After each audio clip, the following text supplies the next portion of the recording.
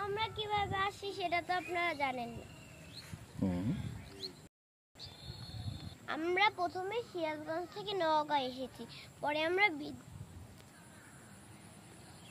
নিয়ে পাহাড়পুর বৌদ্ধবিহারে আসছি। দেখুন এই যে এখানে যে একটা জায়গা দেখতে পাচ্ছেন, এটা এই কয়েকদিন আগে ভূমিকম্প হয়েছিল দেখে এটা ডুবে গেছে। এটা না হলে দরজা ছিল সেগুলো সব ডুবে গেছে, না হলে আমরা ঢুকতে পারতাম। এখানে উঠা যেত উপরে, কিন্তু এটা যে ভেঙে গেছে যার কারণে উঠা যাচ্ছে না। এছাড়া এই জায়গাটা অনেক সুন্দর, এখানে অনেক জাদুঘর ছিল আর মন্দিরও ছিল। এখানে ভূমিকম্প হয়েছিল দেখে যার কারণে এটা ডুবে গেছে, এর না হলে আমরা এটা ভিতরে ঢুকতে পারতাম, মন্দিরে পূজা হতো। এখন অনেক অনেক লোক ভিড় করছে।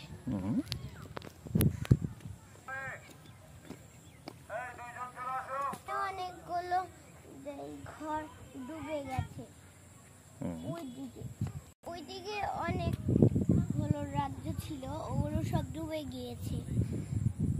আর ওখানে একটা ব্রিজ দিয়েছে, ওখানে সবাই হেঁটে নামতে পারবে না, যার জন্য ওখানে একটা ব্রিজ দিয়ে দিয়েছে। কি সুন্দর জায়গাটা, এখানে আসলে অনেক ভালো লাগতো।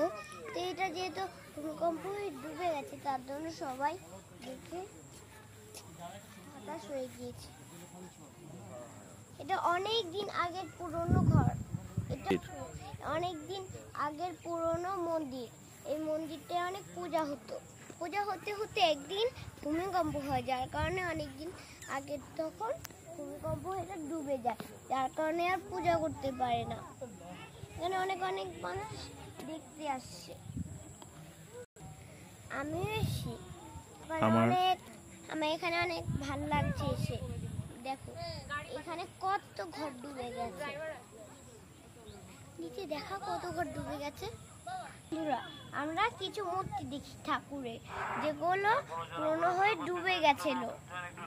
চলো আমরা লাফ দিয়ে